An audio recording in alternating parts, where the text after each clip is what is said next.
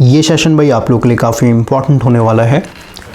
Last वाले session में हम लोगों ने क्वेश्चन नंबर 87 तक कवर कर लिया था। आज के सेशन भाई हम लोग अपने क्वेश्चन नंबर 88 से लेकर के क्वेश्चन नंबर 125 तक कवर करेंगे। सबसे पहला क्वेश्चन देखिए क्या बोल रहा है, which statement is true with respect to the motor installation. यानी कहीं पे भाई अगर आप मोटर इंस्टॉल करना चाहते हैं तो यहाँ पे 4 ऑप्शन दिए गए हैं, चारों ऑप्शन में कौन सा सबसे सही आंसर है, ट्रू वैल्यू आपको बताना है यहाँ पे। तो देखिए भाई हम लोग को ऑलरेडी पता है कि भाई इंडियन इलेक्ट्रिसिटी रूल जो कि 1956 के तहत बनाया गया है, तो ये किस लिए भाई, ताकि कहीं पे भी भाई हम लोग काम कर रहे हैं तो भाई वहाँ पे सेफ्टी को सबसे ज़्यादा प्रेफरेंस दिया जाए। ठीक है, सेफ्टी हो गया, एफिशिएंसी हो गया, वोल्टेज ड्रॉप हो गया, है ना भाई, बहुत सारे इसमें टर्म्स होते हैं।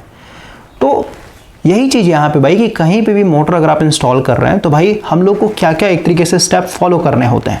तो पहला ऑप्शन देखिए क्या बोल रहा है कि भाई जो भी हम लोग स्विच गियर यहाँ पे इंस्टॉल करेंगे, स्विच गियर मतलब क्या, जैसे कहीं पे मोटर इंस्टॉल कर रहे हैं भाई तो उसमें दो ही तो मेन चीज़ है ना, एक तो मोटर हो गया और दूसरा आपका स्टार्टर हो गया भाई, है ना।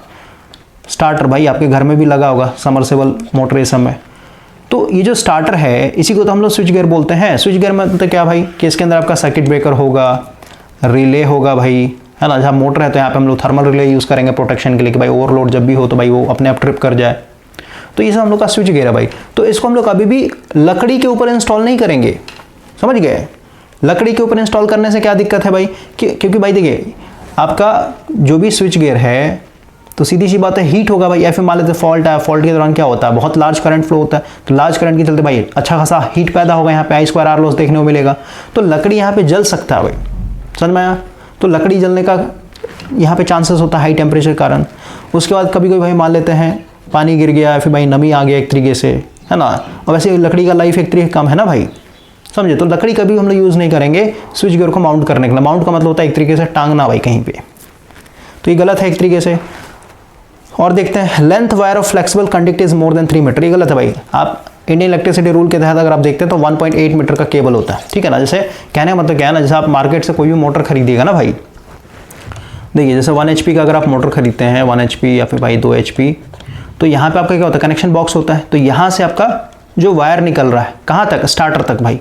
ये मान लेते हैं हम लोग का स्टार्टर है एक तरीके से, तो यहाँ से लेके यहाँ तक जो है मैक्सिमम लेंथ कितना होना चाहिए, 1.8 मीटर होना चाहिए, उससे ज़्यादा नहीं होना चाहिए भाई। ये कहने का मतलब यहाँ पे कितना दिया हो, 3 मीटर दिया, तो ये गलत हो गया ऑप्शन, ठीक है। लूपिंग भी हम लोग नहीं करते भाई यहाँ पे। तो बचा क्या, B for ball, all equipment used in power wiring shall be of iron clad. Iron clad का मतलब क्या भाई कि आपका सारा का सारा, देखिए आयरन क्लेड का मतलब यहाँ पे आप समझिए भाई, जैसे मोटर है ना, तो मोटर को भाई हम लोग क्या करते हैं, ग्राउंडेड करते हैं कि नहीं करते, बोलिए क्यों कर रहे हैं ग्राउंडेड भाई, ताकि कभी भी इसके अंदर इंसुलेशन फेल हो गया, फिर मान लेते हैं मोटर के अंदर जो वाइंडिंग है भाई, है ना, वो एक वहाँ से कहीं से करंट लीक हो स्टेटर में आ रहा है एक तरीके से, यानी बॉडी में आ रहा है एक तरीके से, तो इसको लो रेजिस्टेंस पाथ दिया हम लोगों ने, तो सारा करंट क्या हो जाएगा, अपने आप ग्राउंडेड हो जाएगा भाई। तो सेफ्टी के लिए होता है। तो वही है कि भाई जो भी हम लोग पावर वायरिंग कर रहे हैं वहाँ पे जो भी इक्विपमेंट होगा भाई सबको क्या करेंगे, आयरन के क्लेड में, आयरन का क्लेड मतलब आयरन का चेचिस भाई, या फिर ये आयरन का एक तरीके से शील्ड कवरिंग के अंदर रखेंगे, और ये कवर को क्या करेंगे, सीधे सीधे ग्राउंडेड करेंगे भाई, ताकि कभी भी इसमें फॉल्ट के दौरान इस चेचिस में या फिर भाई इसका जो कवर है जिसको आयरन क्लेड बोल रहे हैं, इसमें अगर करंट आता है तो भाई सीधे सीधे क्या हो जाए, ग्राउंड हो जाए भाई, समझ गया। अब भाई आप जैसे मान लेते हैं इसको अपने लकड़ी के कवर में एक तरीके से पैक कर दिया, तो भाई लकड़ी का भी ग्राउंड छोड़ना होगा, क्योंकि लकड़ी एक तरीके से इंसुलेटर थोड़ी ना है, मतलब कंडक्टर थोड़ी ना है भाई, समझ गए। तो मेटल का आपका हमेशा क्या होना चाहिए, फ्रेम होना चाहिए, ताकि हम लोग उसको हमेशा जीरो पोटेंशियल पे बना कर रखें, ताकि कभी फॉल्ट हो तो भाई आपका यहाँ से करंट पूरा ग्राउंडेड हो जाए, तो कोई भी आदमी इसको छुएगा तो भाई इसको कभी भी शॉक नहीं लगेगा भाई। तो ये सब हम लोग को प्रिकॉशन एक तरीके से लेना होता है, ठीक है। तो बी फॉर बॉल हो जाएगा। आगे बढ़ते हैं, which of the following Indian electricity rule, देखिए भाई लिखा ना, pertaining to domestic installation is applicable to supply and the use of energy at domestic consumer premises. तो भाई ये होता है आपका 50 के तहत, ठीक है ना। रूल 50 क्या बोलता है कि भाई आप एक तरीके से ये जो लिखा है ना इसके हिसाब से चलता है, तो याद करना पड़ेगा भाई आपको। आगे बढ़ते हैं, और इसमें 1-2 रूल्स नहीं भाई, बहुत सारे रूल्स है, कितना आप देखिएगा, है ना। तो थोड़ा PYQ लगाते रहेंगे ना भाई, तो आपको समझ में आएगा कि भाई कहाँ से क्वेश्चन आ रहे हैं, ठीक है ना। तो इंडियन इलेक्ट्रिसिटी रूल से भाई बहुत सारा क्वेश्चन पूछ देगा अभी तक, है ना, तो हम लोग के लिए इंपॉर्टेंट है, तो उसको एक तरीके आप देखते रहिएगा। आगे बढ़ते हैं, देखिए क्या बोल रहा है कि भाई what is the maximum load that can be connected in a circuit containing only lightning point. देखिए भाई जब भी आप वायरिंग करते हैं, जैसे भाई मान लेते हैं रूम है, ये आपका रूम है भाई, तो रूम में हम लोग 2 तरीके का पॉइंट देते हैं भाई। एक तो होता है पावर पॉइंट। पावर पॉइंट का मतलब क्या है, जैसे भाई आपको ये मान लेते हैं मेरा पावर पॉइंट इस वाले पीछे वाले दीवार में, तो पावर पॉइंट में क्या होता है एक तरीके से, मतलब पावर प्लग बोलते हैं भाई इसको, पावर प्लग, ठीक है। तो पावर प्लग में क्या है, जैसे भाई आपको आयरन करना है, यानी कपड़ा एक तरीके से इस्त्री करना है, या फिर मान लेते हैं आपको सर्दी के टाइम में हीटर चलाना है, या फिर भाई मान लेते हैं इंडक्शन चूल्हा चलाना है ना। तो जिसका पावर रेटिंग ज़्यादा होता है भाई उसके लिए हम लोग पावर प्लग यूज़ करते हैं। और इस साइड में जो दीवार है भाई, इस साइड में जो दीवार है इधर मान लेते हैं हम लोग 5 पिन यूज़ करते हैं, है ना। 5 पिन मतलब क्या, पतला वाला भाई, नॉर्मल अगर आपको जैसे एक्सटेंशन बोर्ड कनेक्ट करना, मोबाइल चार्ज करना, लैपटॉप चार्ज करना है ना, तो उसके लिए तो 2 तरीके भाई हम लोग यहाँ पे यूज़ करते हैं। एक होता है पावर प्लग, ठीक है, और पावर प्लग क्या होता है, ये ज़्यादा रेटिंग का होता है भाई। और ये जो नॉर्मल वाला है, पावर प्लग के पीछे में आप देखिएगा ना केबल, यानी जो वायर यूज़ करते हैं भाई वो मोटा होगा आपका, देखिए क्रॉस सेक्शन एरिया ज़्यादा होता है। और वही अगर आप नॉर्मल अगर आप देखते हैं तो भाई उसमें आपका एक तरीके से पतला तार होता है, 1 mm FE भाई 1.5 mm हो सकता है, लेकिन जो पावर प्लग होगा इसमें 2 mm 2.5 mm का एक तरीके से वायर यूज़ करना पड़ता है हम लोगों को। तो वही बोल रहा है भाई कि अगर हम लोग लाइटनिंग पॉइंट की बात करें, लाइटनिंग पॉइंट मतलब बल्ब जलाने के लिए हो गया, फैन चलाने के लिए हो गया, ठीक है। तो बल्ब कितना होता है भाई, आज की डेट में LED की बात करें भाई तो कितना है, 40 वाट का ट्यूबलाइट होता है, या फिर 20 वाट का ट्यूबलाइट है भाई, एक तरह 9 वाट का एक तरीके से LED बल्ब है ना। तो ये काफ़ी कम पावर के है ना, करंट कम खींचते हैं भाई, 220 वोल्ट के हिसाब से कम खींचते हैं। 100 वाट की बात है तो कितना 0.45 एम्पियर खींचता है भाई। तो इसके इसी को हम लोग बोलते हैं लाइटनिंग पॉइंट, ठीक है। लाइटनिंग पॉइंट मतलब वही बल्ब जलाने के लिए, फैन चलाने के लिए, मतलब लाइट लोड वाले के लिए। तो वही बोल रहा है भाई कि मैक्सिमम लोड कितना हम लोग लगा सकते हैं, तो भाई ये 800 वाट का होता है, ठीक है ना। 800 वाट से ज़्यादा आप लोड नहीं लगा सकते, यानी जैसे आपका एक ये है ना मेन प्लग है भाई, तो मान लेते इसमें आपने एक्सटेंशन बोर्ड लगा दिया एक, तो एक्सटेंशन बोर्ड आपने यहाँ पे लगाया भाई, जैसे मैं देखिए मैं रूम का ही दिखाता हूँ यार, 1 मिनट।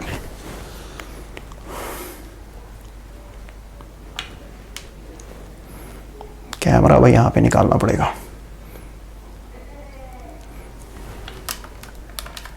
एक मिनट रुक जाइए, यहाँ पे वायर पूरा उलझा हुआ है। 1 मिनट भाई, माइक निकाल।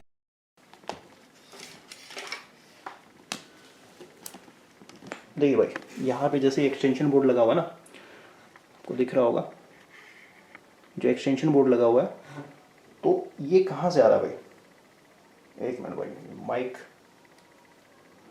यहाँ पे अगर आप देखते हैं तो भाई ये जो है ना लाइटनिंग लोड है, तो यहाँ पे भाई क्योंकि मैंने एक्सटेंशन बोर्ड लेके आया है तो यहाँ पे देखिए 4 पिन लगा हुआ, तो इसमें मैं 800 ज़्यादा एक तरीके से मैं नहीं दे सकता हूँ कभी भी, मतलब 800 वाट से ज़्यादा लोड नहीं लगा सकता यहाँ पे। क्यों भाई, क्योंकि इसके अंदर में जो वायर लगा होगा ना, जो 5 पिन लगा हो भाई, 1 मिनट भाई, देखिए इसके अंदर में जो वायर होगा ना वो पतला होगा भाई, ठीक है। अगर आप 800 वाट से ज़्यादा लोड लगे तो झेल नहीं पाएगा, फिर वो अंदर से वायर एक तरह मेल्ट हो जाएगा आपका। क्लियर हो रहा है। अब देखिए यहाँ पे भाई आपका ये पावर प्लग दिया हुआ है, ये एक्स्ट्रा एक्सटेंशन बोर्ड लगा रखा भाई यहाँ पे, ठीक है, लैपटॉप चार्ज करने, ये आपका पावर प्लग होता है। 1 मिनट, 1 मिनट भाई,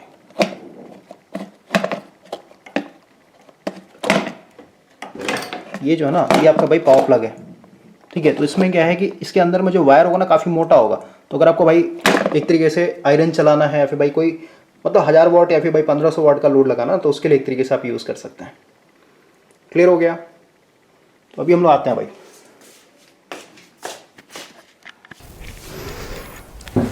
ठीक है। तो याद रखना भाई कि आपका कहीं पे भी लाइटनिंग पॉइंट होगा तो भाई वहाँ पे आप मैक्सिमम 800 वाट का लोड लगा सकते हैं, उससे ज़्यादा नहीं लगा सकते आप, ठीक है। वही अगर आपका पावर प्लग पूछता, पावर प्लग पे कितना होता भाई, तो उसमें 3000 वाट तक का, ठीक है, 3000 वाट तक का एक तरीके से आप लोड लगा सकते हैं। ओके, एक बार मैं कंफर्म कर लेता हूँ, 1 मिनट, सही भाई 3000 वाट, ठीक है। और मैक्सिमम जो है आप एक्सटेंशन कितना निकाल सकते हैं पावर प्लग से, 2 का।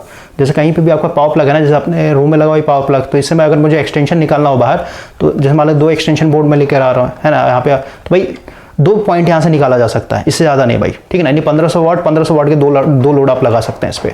और वही अगर आप भाई ये जो 5 पिन अभी जो दिखाया मैंने आपको, इसमें आपका कितना मैक्सिमम 10 पॉइंट निकाल सकते हैं आप, ठीक है। तो याद रखना है। आगे बढ़ते हैं हम लोग।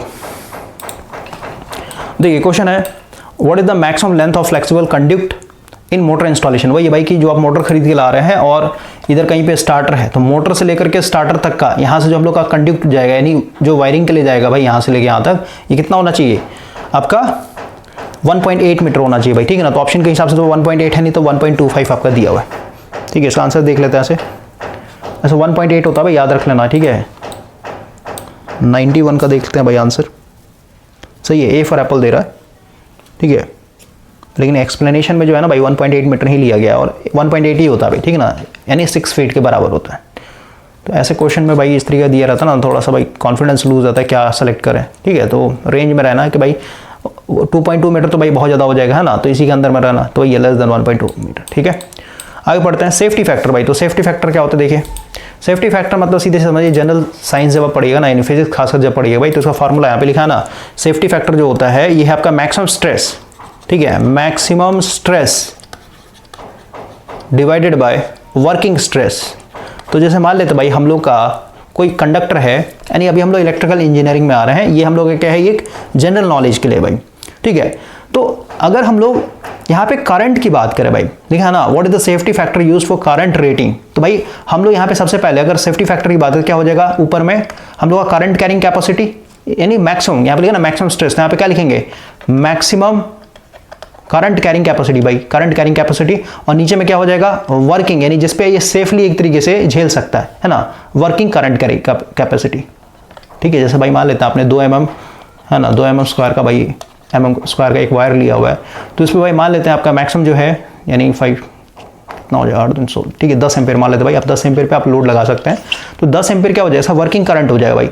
और ऐसा नहीं कि भाई 10 एम्पेयर ही ये झेल सकता है या फिर 10 एम्पेयर ही अपने अंदर से फ्लो करवा सकता है, तो इससे भाई मान लेते हैं हम लोग मैक्सिमम भाई 15 एम्पेयर तक का करंट फ्लो करवा सकते हैं, तो ये जो 15 आएगा ये क्या हो जाएगा, ये मैक्सिमम करंट हो जाएगा भाई, यानी मैक्सिमम स्ट्रेस बटा वर्किंग स्ट्रेस। क्लियर हुआ। तो हम लोग हमेशा यहाँ पे क्या चाहेंगे भाई, देखिए हम लोग हमेशा क्या चाहेंगे भाई, जो मेरा मैक्सिमम स्ट्रेस जो है ना, इसी वे में लिखते हैं, मैक्सिमम स्ट्रेस जो होना चाहिए यानी मैक्सिमम जो करंट कैरी होना चाहिए, और जो वर्किंग स्ट्रेस है भाई, वर्किंग स्ट्रेस यानी उसका जो रेटेड करंट, तो भाई हम लोग का हमेशा क्या होना चाहिए वैल्यू ग्रेटर देन 1 होना चाहिए। अगर दोनों बराबर है इसका मतलब 1 होगा तभी तो भाई, जैसे भाई ये भी 100 है ये भी 100 है, इसका मतलब क्या दोनों कोई मतलब ही नहीं ना भाई, कट के 1 आएगा। तो ये हम लोग हमेशा रेशियो क्या चाहते हैं, ज़्यादा चाहते हैं भाई। रेशियो कब बड़ा होगा बताइए, जब मैक्सिमम स्ट्रेस मेरा ज़्यादा होगा, जैसे भाई मान लो मैक्सिमम स्ट्रेस मेरा 100 है और वर्किंग स्ट्रेस मेरा कितना है 50 है भाई, तो कितना आ जाएगा कट के 2 के बराबर आएगा। इसका मतलब क्या हुआ कि भाई कहीं पे भी सेफ्टी का बात हो रहा है, यानी सेफ्टी फैक्टर की बात हो रही है, तो भाई यहाँ पे हम लोग का मैक्सिमम स्ट्रेस हमेशा ज़्यादा होना चाहिए। मैक्सिमम स्ट्रेस मतलब क्या भाई, जो इसका एक्चुअल करंट कैरिंग कैपेसिटी है ना वो हमेशा ज़्यादा होना चाहिए, और जो भी इसका एक्चुअल करंट कैरिंग कैपेसिटी है उससे हमेशा कम पे ही हम लोग इस पर लोड पे कनेक्ट करके चलेंगे भाई, समझ में आया। ताकि कभी भी सर्ज आया या फिर भाई मान लेते कभी फॉल्ट आया है ना, या फिर भाई किसी कारण से भाई करंट फ्लैक्चुएट किया, करंट हाई हो गया भाई है ना, यानी ट्रांजिएंट एक तरीके से आया, तो उस केस में भाई मेरा कंडक्टर एक तरीके से क्या हो सेफली वर्क करता रहे, खराब ना हो भाई कभी भी। क्लियर हुआ। तो ये चीज़ को हम लोग पता करने के लिए सेफ्टी फैक्टर पढ़ते हैं, ठीक है, कि भाई अभी ये कितना एक तरीके से स्ट्रेस झेल रहा है, और जब फॉल्ट आएगा तो उस समय ये कितना मैक्सिमम स्ट्रेस झेल सकता है, ठीक है। तो एक तरीके से बैकअप की तरह होता है। जैसे हम लोग यहाँ पे भाई मान लेते हैं भाई मेरे पास एक 100 वाट का बल्ब है, तो 100 वाट का बल्ब है, इसका मतलब क्या है, इसमें आपने पढ़ा था ना कि भाई जो वोल्टेज फ्लैक्चुएशन होता है वो 10% होता है, प्लस माइनस 10%। का मतलब क्या कि भाई जब भी हम लोग बल्ब बनाएंगे तो इसको हम लोग इस तरीके से यानी इसके फिलामेंट को इस तरीके से डिजाइन करेंगे भाई कि अगर इसमें प्लस माइनस 10% का वोल्टेज एक तरीके फ्लैक्चुएशन होता है फिर भी एक तरीके से खराब नहीं होना चाहिए, ठीक है भाई। जैसे मान लें रेटिंग इसका 200 वोल्ट पे है, तो 10% भाई वोल्टेज मान लेते किसी कारण से बढ़ गया 10% हो गया 220 हो जाएगा, तो 220 वोल्ट पे क्या होना चाहिए, खराब नहीं होना चाहिए भाई, समझे ना। तो इसका रेंज होता है, ये एक रेंज बताता है भाई कि एक्चुअल कितने पे आप वर्क कर रहे हैं और मैक्सिमम कितना एक तरीके से मतलब मैक्सिमम कितने तक इसको आप लेके जा सकते हैं, ठीक है भाई। तो सेफ्टी फैक्टर कितना होना चाहिए, तो याद करना भाई 2 के बराबर होना चाहिए, ठीक है। 2 के बराबर मतलब क्या कि भाई यहाँ पे जो वर्किंग स्ट्रेस है और जो मैक्सिमम स्ट्रेस है भाई इनके बीच वर्किंग स्ट्रेस भाई मान लेते 100 है, तो भाई मतलब अगर करंट कैरिंग कैपेसिटी भाई मान लेते 100 एम्पेयर का, तो इसको कितने पे ऑपरेट करेंगे, सिर्फ 50 एम्पेयर पे ही ऑपरेट करेंगे आप लोग,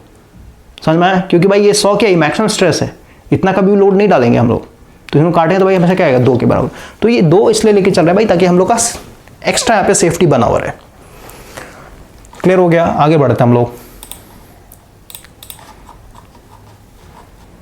देखिए भाई नेक्स्ट क्वेश्चन है, देखिए अगेन यहाँ पे आ गया ना कि भाई मेरे पास एक लाइटनिंग सब सर्किट है, यानी जो अभी अपने घर में जो लगा हुआ है ना 5 पिन वाला, तो इसमें अभी जस्ट देखा ना भाई कितना मैक्सिमम आप लोड लगा सकते हैं, 800 वोल्ट का लोड लगा सकते हैं भाई, इससे ज़्यादा नहीं लगा सकते हैं इस पर। और भाई पावर प्लग होगा तो पावर प्लग में कितना लगा सकते हैं आप, मैक्सिमम भाई 3000 वाट तक का लगा सकते हैं, यानी 3 किलोवाट तक का। तो वही बोल रहा है भाई अगर मेरे पास 100 वाट का लैंप है, तो ये लिखा ना lightning sub circuit has a 100 watt lamp if rated current of the fuse in this, यानी अब जैसे ये बोर्ड आ रहा है ना भाई, तो बोर्ड में इसको कभी आपने किया होगा वायरिंग, तो यहाँ पे फ्यूज लगा होगा, अभी आपने देखा होगा उसमें फ्यूज लगा है, तो फ्यूज के अंदर क्या होता है, यहाँ से मेन वायर आ रहा है ना लाइव वायर, इसको फ्यूज से गुजारा जाता है, ठीक है। यहाँ पे फ्यूज मैं दिखा देता हूँ, इस तरीके से फ्यूज का सिंबल है, ठीक है। ये फ्यूज से होते हुए फिर आपका कहाँ जाएगा, नीचे जो आपका डिफरेंट पिन लगेगा ना उसमें जाएगा आपका ये। तो ये भाई यहाँ पे जो फ्यूज लगा इसका मैक्सिमम कितना है, 5 एम्पियर का करंट रेटिंग है भाई। बोलते थे maximum number of light point on this circuit without violating the regulation and the safety should be, यानी 100 वाट के लैम्प भाई इसमें हम लोग कितना कनेक्ट कर सकते हैं ये पूछना चाहता है। तो यहाँ से देखिए नंबर ऑफ लैंप्स हम लोग निकाल लेते हैं। नंबर ऑफ लैंप यहाँ पे लिखते हैं ना कि भाई एक लैंप का भाई कितना है, 100 वाट का है। सो फ्लिप करके लिखते हैं भाई 100 वाट मतलब 1 बल्ब है ना। तो भाई 1 वाट का मतलब क्या, 1/100, और मेरे पास कितना है 800 वाट का हम लोग लोड लगा सकते हैं ना भाई इसमें, इस सर्किट के अंदर। तो 800 वाट के हिसाब से कितना हो जाएगा, 1/100 गुना 8, यानी 800 कट के कितना आ जाएगा 8, यानी 8 बल्ब एक तरीके से आप यहाँ पे जला सकते हैं भाई। और 8 बल्ब अगर आप जला रहे हैं और मान लेते भाई 220 वोल्ट के हिसाब से, तो देखिए करंट कितना खींचेगा, क्योंकि फ्यूज को भी तो देखते चलना ना भाई। फ्यूज मैक्सिमम 5 एम्पीयर करंट झेल सकता है, उससे ज़्यादा जाएगा तो भाई ये फ्यूज हो जाएगा। तो समझिए कि भाई मेरे पास यहाँ पे आ गया कि भाई नंबर ऑफ बल्ब हम लोग 8 लगा सकते हैं, यानी 800 वाट का यहाँ पे लोड लगा सकते हैं भाई, ये पावर आ गया। और वोल्टेज मेरे को पता है कितना है भाई, 220 वोल्ट मान के चलते हैं भाई हम लोग घरों में। तो पावर इक्वल टू होता है VI। तो करंट कितना है बताइए, power divided by voltage. Power कितना है 800 वाट और वोल्टेज कितना है 220, तो कट जाएगा। तो इसको सॉल्व कीजिए, कितना आएगा आपका, देखिए इसको सॉल्व करते हैं भाई। तो ये आपका जो 5 एम्पीयर का जो फ्यूज़ लगा हुआ ना, इससे नीचे ही करंट आएगा भाई ये, ठीक है। 5 एम्पीयर को क्रॉस नहीं करेगा अभी, ठीक है। 800 डिवाइडेड बाय 220 है ना, ये आ जाए भाई 3.6 एम्पीयर, ठीक है, यानी सिर्फ और सिर्फ 3.6 एम्पीयर। तो भाई हम लोग का बिल्कुल सेफली ये काम करेगा, फ्यूज़ कभी भी बर्न आउट नहीं होगा भाई, ठीक है। आगे बढ़ते हैं हम लोग।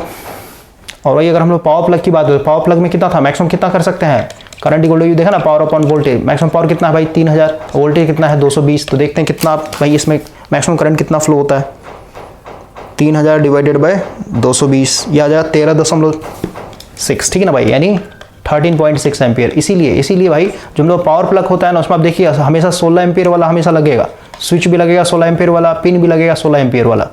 क्लियर हुआ, ठीक है। तो ध्यान रखना। और ये जो 5 पिन वाला होता है ना उसका एम्पियर रेटिंग कम होता है भाई, मेरे ख्याल 6 एम्पियर होता है, ठीक है। अगर मैं दिखाऊं, 1 मिनट में दिखाता हूं भाई, 1 मिनट रुकिए।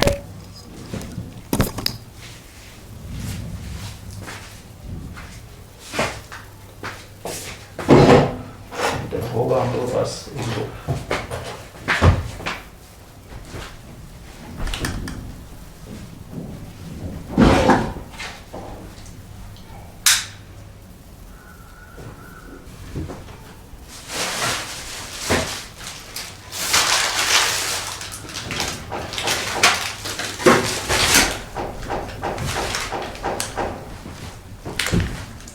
देखिए भाई, ये जो स्विच है ना, ठीक है, ये पावर प्लग का स्विच है। अगर आप देखेंगे यहाँ पे ध्यान से, ये 20 एम्पियर लिखा हुआ भाई, आई होप कि आपको दिख रहा होगा, थोड़ा सा फोकस करते हैं, ठीक है। ये 20 एम्पियर आपको दिख रहा होगा, क्लियर हो गया। यानी मैक्सिमम जो है 20 एम्पियर करंट झेल सकता है भाई ये। तो वही ये जो देखिए 5 पिन का है ना, ये 5 पिन वाला है। तो भाई इसमें आपका लिखा होगा, 1 मिनट देखिए भाई, यहाँ पे लिखा ना, यहाँ पे देखिए ध्यान से 6 एम्पियर 5 पिन, ठीक है, 6 एम्पियर। और ये इधर 5 पिन सॉकेट है ये।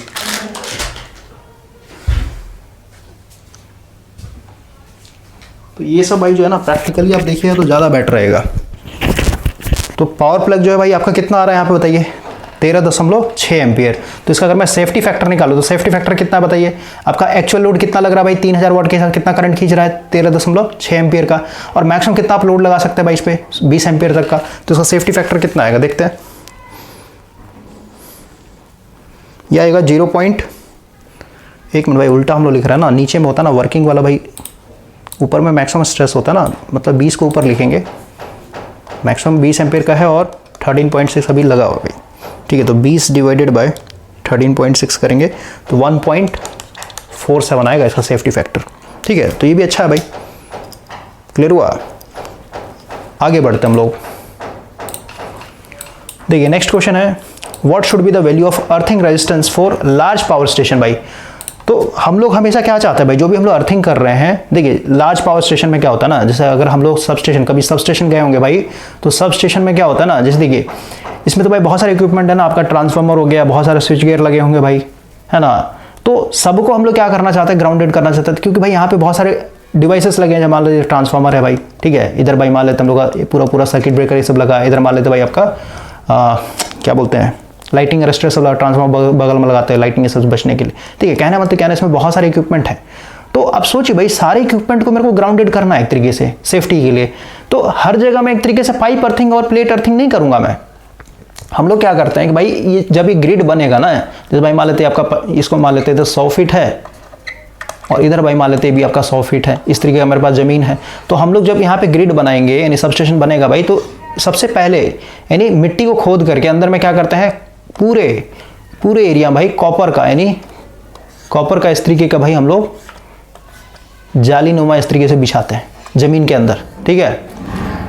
अब 2 फीट नीचे 1 फीट नीचे जितना करना भाई, ठीक है। और हर जगह किनारे किनारे में क्या करते हैं यहाँ पे भाई, मतलब लंबे लंबे रड डालते हैं भाई ज़मीन के अंदर, क्योंकि भाई देखिए हम लोग भाई अब 3 मीटर 6 मीटर थोड़ा ना गड्ढा करेंगे इस जाली को अंदर दबाने के लिए, समझे। हम लोग इसको यहाँ से करके इलेक्ट्रोड, इसको इलेक्ट्रोड बोलते हैं भाई, जो पाइप अर्थिंग में देखा था ना आपने, लंबा लंबा जो कॉपर का भाई पाइप था एक तरीके से, उस तरीके का यहाँ पे घुसा देंगे अंदर, यहाँ पे घुसा देंगे, यहाँ पे घुसा देंगे, ठीक है, समझ में आया। तो ऐसा करने से बेनिफिट क्या हो रहा है कि भाई अब इस पूरे एरिया में कहीं पे मुझे कोई भी चीज़ इंस्टॉल करना होगा ना, तो उसका ग्राउंडिंग करना मेरे लिए ईजी हो जाएगा, क्योंकि ये कॉपर के लग्स के हैं, ये कॉपर के जो जाली है ना भाई, ये यहाँ से डायरेक्ट हम लोग कनेक्शन ले सकते हैं। और ये सारे जो है ना इलेक्ट्रोड कॉपर के, ये सारे ज़मीन के अंदर घुसे हैं भाई, तो ये एक तरीके से सारे करंट को ईजिली अंदर पास कर देता है, ठीक है ना। तो इसी को हम लोग बोल रहे हैं भाई, इसको सब स्टेशन अर्थिंग बोला जाता है, जिसको ग्रिड के फॉर्म में बोलते हैं, ग्रिड अर्थिंग होता है, ठीक है। तो वही बोल रहा है भाई, हम लोग अगर पावर स्टेशन की बात करें तो भाई यहाँ पे अर्थिंग रेजिस्टेंस कितना होना चाहिए, तो लेस देन 0.5 ओम भाई, इससे ज़्यादा नहीं होना चाहिए, समझ गए। और होना भी चाहिए, भाई एरिया हम लोगों ने बढ़ा दिया ना, देख रहे कितना सारा हम लोगों ने यहाँ पे इस तरीके का पूरा जाली नुमा बना रखा है, तो एरिया बढ़ जाए तो सीधे रेजिस्टेंस कम हो जाएगा। और रेजिस्टेंस कम क्यों करना चाहते हैं, देखिए भाई, जब पावर सिस्टम में आप जब शॉर्ट सर्किट पढ़िएगा ना, यानी फॉल्ट जब आप पढ़िएगा, तो यहाँ पे भाई जैसे मान लेते हैं एलजी फॉल्ट आ गया और ये भी ग्राउंडेड है, तो यहाँ से सर्किट पूरा कंप्लीट होगा ऐसे। तो यहाँ पे हम लोग पढ़ते हैं शॉर्ट सर्किट एमवीए रेटिंग भाई, ठीक है ना। शॉर्ट सर्किट एमवी रेटिंग क्या बोलता है कि भाई जहां पे फॉल्ट आया, यहां पे जैसे फॉल्ट आया, तो भाई फॉल्ट के दौरान जनरेटर यहां पे कितना मैक्सिमम अपरेंट पावर भेज सकता है, जितना ज्यादा मैक्सिमम अपरेंट पावर भेजेगा वो फॉल्ट उतना ही डेंजर होता है भाई हम लोग के लिए। क्लियर हो गया। तो हम लोग हमेशा चाहेंगे भाई, क्योंकि देखिए शॉर्ट सर्किट एमवीए जितना ज्यादा होगा, इसका मतलब है जनरेटर उतना ही लार्ज पावर यहां तक भेज सकता है भाई, ठीक है। अब पावर कुछ नहीं भाई, क्या है, प्रोडक्ट है वोल्टेज और करंट का, तो वोल्टेज यहाँ पे अप्रोक्सीमेटली 0 हो जाता है क्योंकि शॉर्टेड है, तो करंट मेरा भाई बहुत लार्ज होगा, किलो एम्पियर के हिसाब से जाएगा। तो इस करंट को मेरे को तुरंत क्या करना है, एक तरीके से जमीन के अंदर डाल देना भाई, ग्राउंडेड कर देना। तो इसको एक तरीके ग्राउंडेड करना, इसका मतलब क्या भाई, मेरे को लो इंपेडेंस पाथ चाहिए हमेशा, या फिर लो रेजिस्टेंस पाथ चाहिए। क्यों भाई, क्यों ऐसा, देखिए इसको समझाता हूँ। अगर लो इंपेडेंस पाथ नहीं होगा ना भाई, देखिए समझिए, जैसे भाई मान लेते हैं मेरे पास इस तरीके रेजिस्टेंस लगे हुए पैरेलल में, तो इसका मान लेते हैं भाई 0.5 ओम है, इसका भाई मान लेते हैं 0.001 ओम है, और इसका मान लेते हैं भाई आपका 5 ओम है। तो मुझे बताइए इधर से अगर करंट आ रहा है तो सबसे ज़्यादा करंट किस ब्रांच में जाएगा, इस वाले में भाई, क्योंकि पैरेलल सर्किट में सबसे ज़्यादा करंट उसी में जाता है जिसमें भाई लो रेजिस्टेंस होता है। क्लियर हो रहा है। तो अभी जैसे देखिए यहाँ पे भाई मान लेते हैं फॉल्ट आया, ये फॉल्ट आया भाई, और ये मान लेते हैं हम लोग का जनरेटर भी ग्राउंडेड था और ये भी ग्राउंडेड था, लेकिन भाई इस ग्राउंडेड का ये जो ग्राउंडिंग आपने किया, इसका रेजिस्टेंस मान लेते भाई 10 ओम है, ऐसा समझिए, या फिर मान लेते 100 ओम है भाई, और कोई आदमी इसको पकड़ लिया यहाँ पर आकर के, या फिर मान लेते कोई पेड़ का टहनी गिर गया यहाँ पे आकर के, और इसका जो इंपेडेंस है, नहीं जो पेड़ का टहनी का जो इंपेडेंस है मान लेते 10 ओम है। इसका मतलब क्या हुआ कि भाई सारा का सारा करंट जो है ना, ये पेड़ के टहनी से होकर घुसेगा अंदर अब, क्योंकि भाई ये कम एक तरीके से इंपेडेंस शो कर रहा है एज कम्पेयर टू जो आपका एक्चुअल ग्राउंडिंग है उसके मुकाबले। तो ये फेल हो गया ना, ये यूजलेस हो गया हम लोग के लिए भाई, इससे करंट बाईपास हो ही नहीं रहा एक तरीके से। अगर यहाँ मान लेते भाई पेड़ का कोई आदमी आ गया और आदमी को भाई मान लेते हैं एक तरीके 50 ओम का रेजिस्टेंस है, तो ज़्यादा करंट क्या हो जाएगा, इस आदमी से होकर जाएगा भाई। तो हम लोग को यहाँ पे ग्राउंडिंग करने का कोई बेनिफिट नहीं हो ना, इसलिए हम लोग हमेशा चाहते हैं भाई कि सराउंडिंग में क्या है भाई, पेड़ है, कोई आदमी हो सकता है ना, कोई सूखा लकड़ी हो सकता है भाई, तो उससे हमेशा मेरा रेजिस्टेंस कम ही रहे, ठीक है। जितना कम रहेगा भाई उतना चांस है भाई मेरे यहाँ से पूरा बाईपास हो जाएगा, ठीक है। तो ये भाई हम लोग यहाँ पे 0.5 से कम ही रखेंगे। आगे बढ़ते हैं हम लोग। देखिए अगला क्वेश्चन है, which set of rules are लिखा ना, which set of rules are to be verified on completion of wiring on. तो भाई ये देखिए ना, ये तो बच्चा वाला क्वेश्चन है भाई, ठीक है। ये रूल्स हम लोग देखते हैं, ठीक है। इंडियन इलेक्ट्रिसिटी रूल 1956, ये चेक करना पड़ता है भाई ये फॉलो हो रहा है नहीं हो रहा है। वायरिंग में क्या क्या देखना भाई, कि वायरिंग में देखना मतलब क्या है, जैसे भाई मान लेते हैं आपका जो MCB बोर्ड है, जहाँ से आप सारे पावर को ट्रिप करेंगे, तो भाई मान लेते हैं ज़मीन से आपने भाई 3 मीटर ऊंचाई पर डाल दिया, तो भाई अब किसी को भी इलेक्ट्रिक शॉक लगेगा तो भाई पहले से कुर्सी का अरेंज करना पड़ेगा, चेयर लाएगा, चेयर पे खड़ा होगा, तब भाई ये यहाँ से पैनल खोलेगा, तब जाके भाई ये पूरा MCB नीचे करेगा ना। देखिए थोड़ा सा मैं दिखाता हूँ, ठीक है, कहने का मतलब क्या ना, फिर से चलते हैं।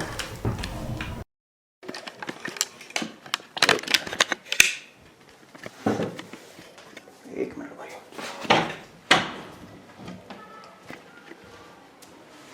जैसे यहाँ पे भाई ये बोर्ड लगा हुआ ना, आपको दिख रहा होगा। एक मिनट लाइट ऑन करते हैं, एक मिनट लाइट ऑन करता हूँ।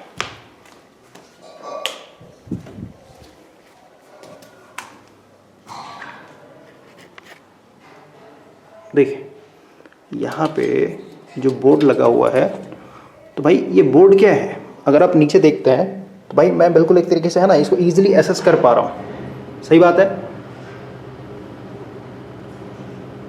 एक मिनट,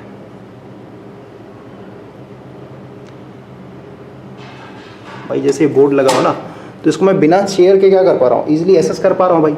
तो किसी को अगर शॉक लगता है तो सीधी सी बात, मैं यहाँ से क्या कर सकता हूँ, ईजिली ट्रिप कर सकता हूँ। लेकिन वही अगर भाई ये मान लेते हैं आपका एक पर्टिकुलर हाइट पे लगा होता, तो उस केस में क्या करना पड़ता, मुझे पहले चेयर अरेंज करना पड़ता भाई, है ना, जो भी है, और चेयर अरेंज करके फिर क्या करना पड़ता। एक मिनट भाई, अब जैसे भाई ये बोर्ड लगा हुआ है, ठीक है ना, तो ये बोर्ड क्या है, एक पर्टिकुलर हाइट पे है ना, अपने मर्जी से, ऐसा नहीं भाई कि आप इसको एकदम दीवार के ऊपर लगा दी, भाई कोई पहुंच ही नहीं पाए। ये आपका ट्यूबलाइट लगा हुआ है यहाँ पे देखिए, तो ये ट्यूबलाइट का भी क्या है, एक तरीके से एक हाइट होता है भाई, अपने मर्जी से आप नहीं लगा सकते हैं। तो ये सब रूल एंड रेगुलेशन से होता है। जैसे वहाँ पे पावर प्लग लगा हुआ है ना, तो पावर प्लग जो लगा हुआ भाई उसका भी एक हाइट है, एक तरीके से एक पर्टिकुलर हाइट है भाई, ठीक है। तो अपने हिसाब से आप नहीं कर सकते हैं कुछ भी। कंटिन्यू करते हैं भाई, ठीक है। तो इसे हम लोग को देखना होता है कहीं भी अगर आप वायरिंग कर रहे हैं तो। अगला है what is the unit of luminous. भाई ये बार बार रिपीट कर रहा है ना, इसका लक्स हो जाएगा एफिशिएंसी हम लोग meter lumen per meter square बोलते हैं। आगे बढ़ते हैं। What is the function of the choke in a fluorescent lamp. देखिए भाई चोक का क्या काम होता है, स्टार्टिंग निकाल ना, produce high voltage at starting, तो B4 बॉल हो जाएगा, ठीक है। ये हम लोगों ने ऑलरेडी बात किया था। अब आगे बढ़ते हैं। यूनिट ऑफ सॉलिड एंगल क्या होता है भाई, तो स्टेरेडियन होता है। इल्यूमिनेशन में जब पड़िएगा, सॉलिड एंगल का मतलब क्या है भाई, जैसे आपके घर में कोई खिड़की है ना, तो खिड़की में भाई छोटे छोटे जो होल्स होते हैं, वहाँ से क्या होता है, सूरज का रोशनी आता है ना अंदर में, ठीक है। तो इस तरीके का भाई पूरा आता है ना, एक पूरा सर्कल बनता है, इसी को बोलते हैं स्टेरेडियन भाई, ठीक है। इसी का होता है सॉलिड एंगल, उसका स्टेरेडियन यूनिट होता है। फॉर्मूला पूछेंगे तो भाई ये होता है 4π² अपॉन r स्क्वायर कट जाए तो 4π के बराबर होता है, ठीक है। तो इल्यूमिनेशन के अंदर पढ़ना है आपको। आगे बढ़ते हैं। क्वेश्चन है, देखिए in case of frosted GLS lamp, frosting of shell. देखिए फ्रोस्टिंग होता क्या है, इसको आप ऐसे यूट्यूब पे आप देख लीजिए, इसको दो तरीके से हम लोग करते हैं। फ्रोस्टिंग का मतलब होता है भाई एक तरीके से वैसा ग्लास जो ट्रांसपेरेंट ना हो भाई, देख रहे ना, ये एक तरीके से क्या फ्रोस्टेड ग्लास है भाई।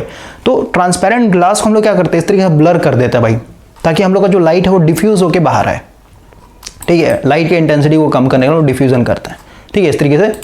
तो ये दो तरीके से होता है। पहला तो भाई कि आप बालू का जो है ना, यानी जो सैंड होता है भाई, उसका मतलब पतला पतला एक तरीके से सैंड ले लीजिए, उसको एकदम प्रेशर से, बहुत ही हाई प्रेशर से भाई क्या कीजिए, जो ग्लास आपने खरीद के लाया ना ट्रांसपेरेंट ग्लास पे आप मारिए, तो उसमें क्या होता है, धीरे धीरे ना यहाँ पे रफनेस आने लगता है और ये पूरा पूरा क्या हो जाएगा, ब्लर हो जाएगा भाई।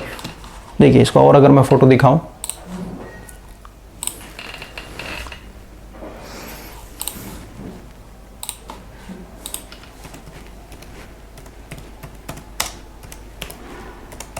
प्राइवेसी ये सब के लिए भाई हम लोग यूज़ करते हैं ना ऑफिस ये सब में, या फिर वॉशरूम में सब में। देखिए यही तो है आपका ये फ्रोस्टेटेड ग्लास, इसी को बोलते हैं भाई। यहाँ पे देख रहा है ना, ये ग्लास पूरा क्या हो रखा है, इस तरीके से ब्लर कर दिया यहाँ पे, देखिए, ठीक है। तो इसी को बोलते हैं फ्रोस्टेटेड ग्लास। और इसको हम लोग कैसे करते हैं भाई, तो वही है, आप यूट्यूब पे देखिए ना, फ्रोस्टेटेड ग्लास कैसे किया जाता है, आपको वीडियो मिल जाएगा वहाँ पे, ठीक है। तो एक तो हो गया भाई कि छोटे छोटे पत्थर को आप क्या कीजिए, बहुत ही हाई वेलोसिटी पे आप इस ग्लास पे मारिए, तो क्या हो जाए, पूरा वहाँ पे रफ हो जाता है, ठीक है। और इस तरह डिजाइनिंग कैसे किया हुआ देख रहे हैं यहाँ पे, ये पतला पतला डिजाइनिंग किया हुआ भाई, तो यहाँ पे टेपिंग करना पड़ता है, इस पर टेप चढ़ा दीजिए इतना, ठीक है। उसके बाद इस पर आप कीजिए बम्बार्डिंग कीजिए छोटे छोटे कणों का, तो ये सारे सरफेस को क्या करता है, इस तरीके से फ्रोस्टेड कर देता है। और एक केमिकल के थ्रू होता है भाई, तो केमिकल के थ्रू करते हैं, उसमें एमोनिया यूज होता है, तो यहाँ पे पूछा है भाई, ठीक है। तो एमोनिया यूज करते हैं, पूरा नाम होता है एमोनियम बाइफ्लोराइड भाई, ठीक है। आगे बढ़ते हैं हम लोग। अगला है रेडिएंट एफिशिएंसी और लुमिनस, लिखा ना, radiant efficiency of a luminous source depend upon. देखिए भाई सबसे पहले आप देखिए कि भाई हम लोग के नेचर में, हम लोग का सन है भाई, सन से ही तो पूरा पूरा रोशनी आता है डे टाइम में। तो सन क्या है भाई, सबसे पहले समझिए, बहुत ही हाई बॉडी, मतलब आप लिखते हैं हाई टेम्परेचर बॉडी, ठीक है भाई, इसका टेम्परेचर बहुत ज़्यादा हाई है। तो कोई भी बॉडी बहुत ही हाई टेम्परेचर में होता है तो अपने अंदर से क्या करता है, एनर्जी को इमिट करना स्टार्ट करता है रेडिएशन के फॉर्म में भाई, ठीक है, रेडिएशंस के फॉर्म में। और वैसे भी आपके धरती पे भाई जो गर्मी आ रहा है सूरज के थ्रू, जैसे हीट ट्रांसफर आपने पढ़ा होगा मेथड, तो भाई 3 तरीके है ना, कन्वेक्शन हो गया जो लिक्विड में होता है, कंडक्शन हो गया जो डायरेक्ट कॉन्टैक्ट बनाने पे होता है भाई, और एक होता है आपका रेडिएशंस। तो रेडिएशन मतलब क्या, बिना कोई कॉन्टैक्ट से, जैसे आपने आग जलाया भाई और इधर साइड से खड़े होकर आप इसको सेकते हैं ना, ऐसा थोड़ा ना भाई आग में घुस जाता है एक तरीके से, समझ गए। तो रेडिएशन के थ्रू आपके पास आ रहा है ना आग का गर्मी। तो समझिए भाई कोई भी हाईली टेम्परेचर बॉडी है तो भाई वो क्या करेगा, रेडिएशन के फॉर्म में हीट एनर्जी तो निकालेगा ही निकालेगा, लेकिन भाई जब इसका टेम्परेचर बहुत अच्छा हो जाता है तो भाई ये लाइट एनर्जी को भी एक तरीके से निकालना शुरू कर देता है भाई, यानी लाइट एनर्जी भी इमिट करता है। क्लियर हो गया। या फिर कहिए इसी को हम लोग बोलेंगे भाई ये मेरा लुमिनस सोर्स है, तो जो भी लुमिनस सोर्स होता है उसका भाई हमेशा हाई टेम्परेचर होगा, उस बॉडी का हमेशा हाई टेम्परेचर। जैसे फिलामेंट लैम्प की बात करते हैं तो फिलामेंट लैम्प क्या है भाई, एक तरीके से इसका देखते हैं रेजिस्टेंस बहुत हाई होता है ना, इसको भाई टंगस्टन का क्यों बना रहा था कि भाई हाई टेम्परेचर बन सके, और हाई टेम्परेचर जैसी हुआ भाई तो वो बॉडी क्या है, एक तरीके से विजिबल लाइट के रूप में हम लोग को यहाँ पे मतलब ये एनर्जी इमिट करने लगता है, ठीक है, यानी लाइट एनर्जी इमिट करेगा और हीट भी करता है भाई, हीट एनर्जी भी करेगा ये। तो ये रेडिएंट का मतलब वही रेडिएशन से यूज किया गया वर्ड, ठीक है। तो बोलता है रेडिएंट एफिशिएंसी किस पे डिपेंड करता है भाई, तो हमेशा ये टेम्परेचर ऑफ सोर्स पे करेगा भाई, टेम्परेचर ऑफ सोर्स पे। और इसका अगर हम लोग यहाँ पे एक्चुअल फार्मूला देखें या फिर एक्चुअल डेफिनेशन देखें तो भाई यहाँ पे देखिए मैंने लिखा हुआ ऊपर में लुमिनस एफिशिएंसी क्या है भाई, तो लिखा ना, it is also known as radiant efficiency, it is the ratio of energy radiated in the form of light, ठीक है, that produced a visual sensation. देखिए भाई इसने क्या बोला कि भाई एक रेशियो है, ठीक है, एफिशिएंसी क्या है, रेडिएंट एफिशिएंसी क्या है, तो एक रेशियो है किसका, एनर्जी रेडिएटेड, देखिए यहाँ पे लिखा energy radiated in the form of light, यानी देखिए भाई सूरज से जो रोशनी आ रहा है, ये पूरा EMR का मैंने स्पेक्ट्रम दिखाया था ना इलेक्ट्रोमैग्नेटिक रेडिएशन का, इसमें भाई क्या था, यूवी था यानी अल्ट्रावायलेट रे भी थे, इंफ्रारेड भी थे भाई, गामा रे भी था, कॉस्मिक रे भी था, सब आते हैं ना भाई। लेकिन हम लोग ने देखा था कि इसके अंदर यानी इस EMR के अंदर एक छोटा सा हिस्सा है जिसको हम लोग बोल रहे थे विजिबल लाइट, समझ में। तो जब भी हम लोग इल्यूमिनेशन की बात करेंगे तो भाई हम लोग को विजिबल लाइट के बारे में पढ़ना है, क्योंकि विजिबल लाइट को ही हम लोग देख सकते हैं, और विजिबल लाइट होगा तभी भाई हम लोग अपने रूम में किसी चीज को देख पाएंगे, समझ गए। तो वही है कि भाई जो भी ये जैसे भाई सन को ले लेते हैं हम लोग का बॉडी है, तो भाई ये बहुत डिफरेंट तरीके की एनर्जी को एक तरीके से रिलीज कर रहा है, रेडिएशन के फॉर्म में, यूवी को भी कर रहा है, इंफ्रारेड को भी कर रहा है ना। लेकिन भाई हम लोग यहाँ पे इंटरेस्टेड है किस में, विजुअल लाइट में, सिर्फ और सिर्फ विजुअल लाइट में। तो ये क्या बोल रहा है, energy radiated in the form of light, ठीक है, मतलब फॉर्म ऑफ लाइट मतलब विजुअल लाइट भाई, ठीक है ना। इसको देखिए ना पूरा लिखा हुआ है, form of light that produces a sensation, मतलब विजुअल सेंसेशन, भाई एक वर्ड मिस हो गया यहाँ पे, visual sensation to the total energy radiated out of the luminous body. तो अगर हम लोग यहाँ पे पूरा सम अप करें भाई, देखिए एफिशिएंसी क्या हो जाएगा, टोटल लिखा ना, total energy radiated out by the luminous body. तो टोटल मतलब क्या, टोटल क्या क्या निकाल रहा है भाई सन, पूरा EMR भाई, पूरा इलेक्ट्रोमैग्नेटिक रेडिएशन का जो आपने देखा था स्पेक्ट्रम, देखिए दिखाता हूँ मैं आपको, क्योंकि टोटल EMR लिख दे मतलब क्या, इसके अंदर क्या क्या आ जाएगा भाई आपका, देखिए रेडियो वेव आ जाएगा, माइक्रोवेव आ जाएगा, फिर आपका होता है इंफ्रारेड, ठीक है, फिर आता है आपका विजुअल लाइट, फिर आता है भाई यूवी रे, फिर आता है आपका एक्स रे, फिर आता है गामा रे, और फिर आता है कॉस्मिक रे भाई, समझ में आया। तो ये सारे ये टोटल हो गया, और ऊपर में क्या लिखेंगे, ऊपर में सिर्फ विजुअल लाइट लिखेंगे भाई, ठीक है ना। ये एक तरीके से एफिशिएंसी है। तो यहाँ पे थ्योरी में लिखा भाई, it is the ratio of the energy radiated in the form of light that produce visual sensation to the total energy radiated out by the luminous body, ठीक है। तो हमेशा ये एफिशिएंसी किस पे डिपेंड करेगा, ये डिपेंड करेगा टेम्परेचर पे भाई, ठीक है, कि बॉडी का टेम्परेचर क्या है, जितना टेम्परेचर होगा उतना ज्यादा वो क्या करेगा, विजुअल लाइट एक तरीके से निकालेगा, उतना ही एफिशिएंसी हम लोग का बढ़ते जाएगा। अगला पढ़ते हैं, for the same what is which lamp is the cheapest, सबसे सस्ता कौन सा, JLS लैम्प भाई, जनरल लाइटिंग सिस्टम बोलते हैं इसको, यानी हम लोग इनकैंडेसेंट लैम्प जो बोल रहे हैं उसी को बोलते हैं भाई, ठीक है ना। बोलिए इसका अलग नाम क्यों रख दिया, JLS लैम्प क्यों रखा है भाई, JLS लैम्प क्या होता है ना, छोटे छोटे होते हैं साइज के, देखिए मतलब इनकैंडेसेंट लैम्प है भाई।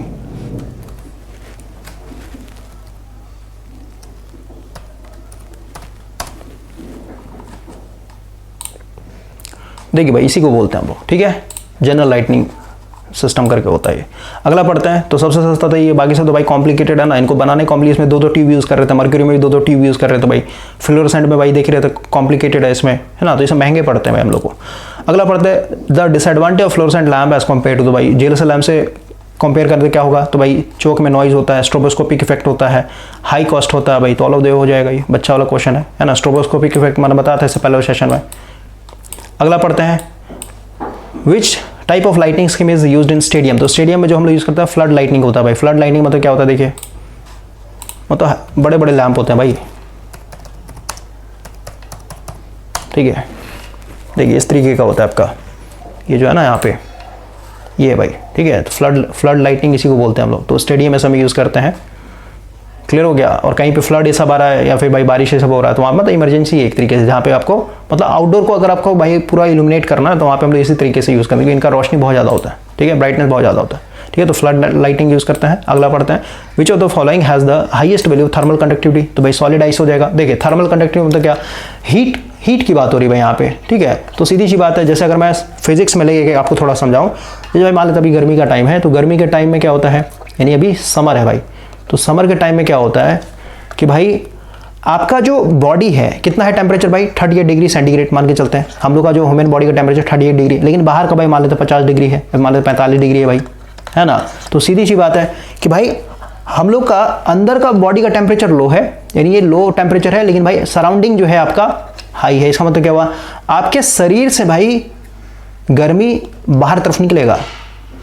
एक मिनट भाई, high body to low body temperature होता है ना, देखिए टेम्परेचर कैसे फ्लो होता है, हाई बॉडी मतलब हाई टेम्परेचर टू लो मतलब हीट भाई हीट, ठीक है, हीट कैसे फ्लो होता है, high body temperature to low body. इसका मतलब क्या, बाहर का गर्मी आपके शरीर के अंदर घुसेगा, क्योंकि भाई आप लो टेम्परेचर पे है और सराउंडिंग जो है आपका हाई टेम्परेचर पे है। इसी के कारण क्या होता है, आपको गर्मी लगता है भाई, लू लगता है, ठीक है ना, क्योंकि भाई बाहर से गर्मी आपके अंदर घुस रहा है, मतलब क्या आपके अंदर जो भी आपका पानी है सब भाई तुरंत वेपोरेट होने लगेगा, डिहाइड्रेशन का शिकार हो जाएगा आप। और यही कारण है क्योंकि भाई बाहर का टेम्परेचर बहुत ज़्यादा है। इसका मतलब क्या, बाहर का टेम्परेचर भाई सराउंडिंग टेम्परेचर बहुत गर्म है, तो आपको क्या है, देखिए कोई भी बॉडी को जब भाई गर्म किया जाता है ना, आप देखिए ना भाई 38 डिग्री है ना, आप अपने आप को मानिए, और कहाँ पे यहाँ पे एक तरीके से इधर चारों तरफ क्या है, गर्म एरिया है, यानी आप एक तरीके बाहर से क्या हो रहा है, हीट एक तरीके आपके बॉडी में जा रहा है भाई। इसका मतलब क्या हुआ, इसको आप हीट कर रहे हैं, इसको मतलब समझे एक मेटल है भाई, तो मेटल को भाई क्या कर रहा है, बाहर से गर्मी दे रहा है, तो ये क्या होता है, एक्सपेंड होता है भाई। इसीलिए गर्मी में क्या होता है, आदमी जब भी आप सोइएगा बिस्तर पे तो पैर हाथ पूरा ऐसे फैला करके सोता है आदमी भाई, ठीक है, यानी अपने आप को एक्सपेंड करना चाहता है ताकि उसका सरफेस एरिया बढ़ जाए। सरफेस एरिया बढ़ेगा तो भाई इवेपोरेशन जल्दी होगा, इवेपोरेशन से उसको ठंडा महसूस होता है।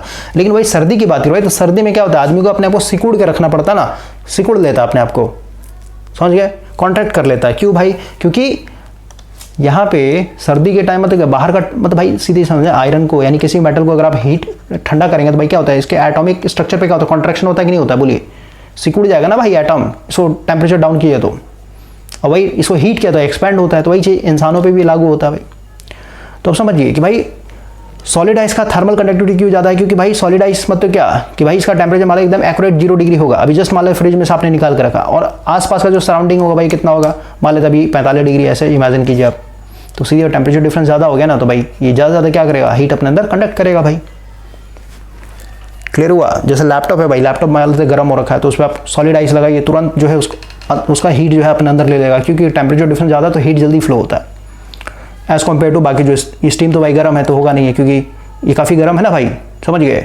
वाटर, तो वाटर ठीक है थोड़ा अच्छा कंडक्टर है, लेकिन भाई ऑप्शन मतलब ये हीट का अच्छा कंडक्टर है भाई, लेकिन ऑप्शन के साथ चलना है तो सॉलिड आइस मेरा सबसे अच्छा होता है। मेल्टिंग आइस क्यों नहीं भाई, क्योंकि मेल्टिंग आइस में मेल्ट होना स्टार्ट हो चुका है भाई, इसका मतलब क्या है, टेम्परेचर कम हो चुका होगा सॉलिड आइस के मुकाबले। आगे पढ़ते हैं, बोलता है low frequency supply is necessary for direct core induction furnace. देखिए भाई इसको हम लोग थोड़ा नेक्स्ट सेशन में करते हैं, थ्योरी पढ़ना पड़ेगा, ठीक है ना, इसको छोड़ते हैं, अभी थ्योरी मैंने अटैच नहीं किया है, इसको नेक्स्ट सेशन में हम लोग कर लेंगे, ठीक है। आगे बढ़ते हैं, देखिए नेक्स्ट क्वेश्चन है the ideal method of heating plastic. तो प्लास्टिक को हीट करने के लिए भाई हम लोग यूज करते हैं डाइलेक्ट्रिक हीटिंग भाई। और डाइलेक्ट्रिक हीटिंग क्या है, मतलब जितने भी नॉन इंसुलेटर होते हैं ना, जैसे प्लाईवुड हो गया सब, उसको हीट करना डाइलेक्ट्रिक हीटिंग यूज करते हैं। और यहाँ पे हम लोग क्या करते हैं, हम लोग भाई फ्रीक्वेंसी को बहुत ज़्यादा हाई रखते हैं। फ्रीक्वेंसी हाई होने के कारण क्या, फ्रीक्वेंसी मतलब क्या भाई, आपका इस तरीके का, ठीक है, हाफ पॉजिटिव हाफ नेगेटिव। तो इसके चलते क्या होता है, जो अंदर के जो मॉलिक्यूल्स हैं भाई, जैसे आपका मतलब प्लाईबोर्ड है ना, या फिर भाई कोई भी नॉन कंडक्टिंग मटेरियल भाई, तो उसके अंदर का जो है ना, तो ये डाइलेक्ट्रिक मतलब क्या भाई, इंसुलेटर होता है ना, लेकिन डाइलेक्ट्रिक का प्रॉपर्टी क्या है, इनके अंदर जो भाई मॉलिक्यूल्स होते हैं वो अपने आप को क्या करते हैं, पोलराइज कर सकते हैं, घूमता है। जैसे आपने देखा था ना कैपेसिटर के वर्किंग प्रिंसिपल भाई, यहाँ पे जैसे हम लोगों ने डाइलेक्ट्रिक डाला तो इसके अंदर क्या था, प्लस माइनस है ना, इस तरह प्लस माइनस है ना, तो इधर प्लस वाला है तो भाई ये क्या फ्लिप कर दिया था अपने आप को, ये इधर माइनस हो जाएगा, इधर प्लस हो जाएगा, इधर माइनस हो जाएगा, इधर प्लस हो जाएगा, इधर माइनस इधर प्लस। और इधर मान लो फ्रीक्वेंसी मैंने बहुत ज़्यादा कर दिया भाई सप्लाई का, तो इसका मतलब क्या है, अब ये जो मॉलिक्यूल्स है ना, ये बहुत जल्दी जल्दी भाई प्लस माइनस प्लस है, क्योंकि इधर का पोलैरिटी चेंज हो रहा है ना, पहले प्लस था माइनस था, अब क्या हो जाएगा, इधर प्लस हो जाएगा, इधर फिर माइनस हो जाएगा भाई। तो इसके कारण हीट पैदा होता है, एक ही जगह पे आप लेफ्ट राइट हो रहे हैं तो सीधे हीट पैदा होगा, इसी को बोलते हैं डाइलेक्ट्रिक हीटिंग भाई। क्लियर हो गया। तो ये नॉन इंसुलेटिंग मटेरियल के लिए, मतलब नॉन कंडक्टिंग मटेरियल के लिए यूज़ किया जाता है। आगे पढ़ते हैं the main application of indirect arc furnace. देखिए भाई, इनडायरेक्ट का मतलब क्या है भाई कि इसमें हम लोग डायरेक्ट हीट नहीं करते हैं एक तरीके से, ठीक है। जो हीट दिया जाएगा वो इनडायरेक्टली दिया, एक डायरेक्ट मतलब क्या है भाई, जो भी जहां पे गर्मी पैदा हो रहा है वहीं पे एक तरीके से हम लोगों ने क्या कर रखा, अपने प्रोडक्ट को रखा हुआ, जो भी आपका प्रोडक्ट है जिसको भाई गर्म करना है, ठीक है। तो किसके लिए यूज करते हैं, नॉन फेरस, क्योंकि भाई नॉन फेरस का क्या होता है, इनका जो टेम्परेचर होता है कम हो जाए। नॉन फेरस मेटल मतलब क्या, जैसे एलॉय हो गया भाई, जैसे ब्रास हो गया है ना, ब्रास हो गया, कॉपर हो गया, तो इनका टेम्परेचर क्या है, मेल्टिंग पॉइंट क्या है, कम है भाई as compared to steel iron, ये सब समझ गए। तो नॉन मतलब इनडायरेक्ट करते हैं, इनडायरेक्ट में भी इतना सफिशिएंट हीट पैदा हो जाता है इनमें कि भाई वो मेल्ट हो जाते हैं। देखिए यहाँ पे दिखाता हूँ, ऐसा को हम लोग मेल्ट क्यों करना भाई, क्योंकि हम लोग एक तरीके से उसको क्या करना चाहते हैं, कास्टिंग करना चाहते हैं, ढालना चाहते हैं। जैसे आपने ब्रास का भाई मूर्ति देखा होगा, बजरंग बली का हो गया, दुर्गा माँ का हो गया, डिफरेंट स्ट्रक्चर है ना, बहुत सारे भाई मतलब डेकोरेशन ये सब के लिए यूज़ किए हम लोग मार्केट में देख रहे हैं। तो कैसे बनता है, तो ब्रास को अपने पिघलाया होगा और फिर उसका जो सांचा होगा उसमें हमने डाल दिया होगा भाई, समझ में आया। देखिए डायरेक्ट आर्क फर्नेस कैसा होता है, और फर्नेस मतलब भट्टी भाई, जिसके अंदर आप एक तरीके से पिघला रहे हैं। देखिए इस तरीके का होता है भाई, देखिए बेसिक तरीके से देखिए ना यहाँ पे, ये आपका नीचे चार्ज है, चार्ज मतलब क्या, जिसको आप मेल्ट करना चाहते हैं। जैसे बहुत सारा भाई लोहे का आपके पास कचड़ा ये सब है ना, छोटे मोटे लोहे के टुकड़े हैं, तो उसको चार्ज बोलते हैं हम लोग। और ऊपर से देखिए हीट डाला जा रहा है ना, तो डायरेक्ट हीटिंग है भाई, इसको बोलते हैं डायरेक्ट आर्क फर्नेस। और इनडायरेक्ट में क्या होता है कि भाई आपका जो चार्ज है, यानी जो भी आपका मटेरियल है भाई, उसको हम लोग डायरेक्ट नहीं डालते हैं आग के सामने, उसको इनडायरेक्टली डालेंगे, ठीक है। और क्योंकि इनडायरेक्टली और सीधी सी बात है, टेम्परेचर यहाँ पे लो होता है, ठीक है। तो इसको हम लोग किसके लिए यूज़ करेंगे, नॉन फेरस मटेरियल के, क्योंकि इनका मेल्टिंग पॉइंट कम होता है भाई। आगे पढ़ते हैं फ्रेशली पेंटेड लेयर। देखिए भाई कहीं पे आपने पेंट किया है तो आप देखिए भाई, पेंट करने में मतलब पेंट करने में भाई इसको सूखने में बहुत टाइम लगता है, एटलीस्ट 24 आवर्स, है ना भाई। तो उसको अगर जल्दी सुखाना है तो क्या करेंगे, यहाँ पे हम लोग करते हैं डाइलेक्ट्रिक हीटिंग भाई, ठीक है। उसको देख लेते हैं आंसर, डाइलेक्ट्रिक हीटिंग होना चाहिए, बिल्कुल सही है, क्योंकि भाई ये एक नॉन कंडक्टिंग ना, तो उसको जल्दी से सुखाना होगा तो भाई इसको गर्म करके सुखा देते हैं हम लोग। तो याद रखना है, पेंट जो है जब भी हम लोग को सुखाना तो डाइलेक्ट्रिक हीटिंग यूज़ करते हैं। अगला माइक्रोवेव ओवन कितने फ्रीक्वेंसी पे ऑपरेट करता है भाई, तो 2.45 गीगाहर्ट्ज़ पे भाई। तो माइक्रोवेव कैसे काम करता है, तो ये भी यही भाई, जैसे मान लो आपका बर्गर है तो इसको भाई गर्म करना है, तो माइक्रोवेव क्या करता है, माइक्रोवेव अभी देखा ना भाई, एक इलेक्ट्रोमैग्नेटिक रेडिएशन है ये, समझे। और इसका एक पर्टिकुलर वेवलेंथ है, एक पर्टिकुलर फ्रीक्वेंसी। और मैंने बताया था प्लैंक कांस्टेंट थ्योरम के हिसाब से भाई कि जो एनर्जी होता है डायरेक्टली प्रोपोर्शनल फ्रीक्वेंसी के ऊपर। इसका मतलब क्या हुआ, जो माइक्रोवेव इसके पास एक पर्टिकुलर फ्रीक्वेंसी है, कितना होता है, एनर्जी इक्वल टू, यहाँ पे कांस्टेंट, इसको प्रोपोर्शन हटाएंगे तो भाई कांस्टेंट आता है, जिसको हम लोग बोलते हैं प्लैंक कांस्टेंट, एच से दिखाया जाता है, ठीक है ना, h/f। क्लियर हुआ। तो ये जो माइक्रोवेव है भाई, ये क्या करता है, ये जो बर्गर के अंदर भाई जो पानी के मॉलिक्यूल्स हैं या फिर फैट के मॉलिक्यूल्स हैं या फिर भाई मतलब जो भी छोटे छोटे मॉलिक्यूल्स हैं ना, उसको पकड़ के वाइब्रेट करता है, एक ही जगह पे हिलाते रहता है भाई, समझ गए। और वाइब्रेट करने के कारण क्या हो रहा है, एक ही जगह पे इसको हिलाया जाता है तो भाई हीट पैदा होता है, हीट पैदा होने के कारण यहाँ पे गर्मी पैदा होता है, इसके कारण ये हीट होता है, मतलब ये पक जाएगा भाई आपका बर्गर, ठीक है। आगे पढ़ते हैं, तो ये फ्रीक्वेंसी, यहाँ पे फ्रीक्वेंसी बहुत हाई होता है भाई, जितना ज़्यादा भाई फ्रीक्वेंसी जितना ज़्यादा हाई उतना ही ज़्यादा उसमें वाइब्रेशन होगा ना, उतना ज़्यादा हीट पैदा होगा वहाँ पे। अगला देखिए बर्फ, परफेक्ट ब्लैक बॉडी का जो मतलब एब्जॉर्ब करने का जो क्षमता होता है कितना होता है, 100% भाई। ब्लैक बॉडी किसी भी चीज़ को रिफ्लेक्ट नहीं करता ना, तो 1 हो जाएगा, 1 का मतलब क्या, 100% भाई, ठीक है। आगे पढ़ते हैं, which method of heating is used in a electric room.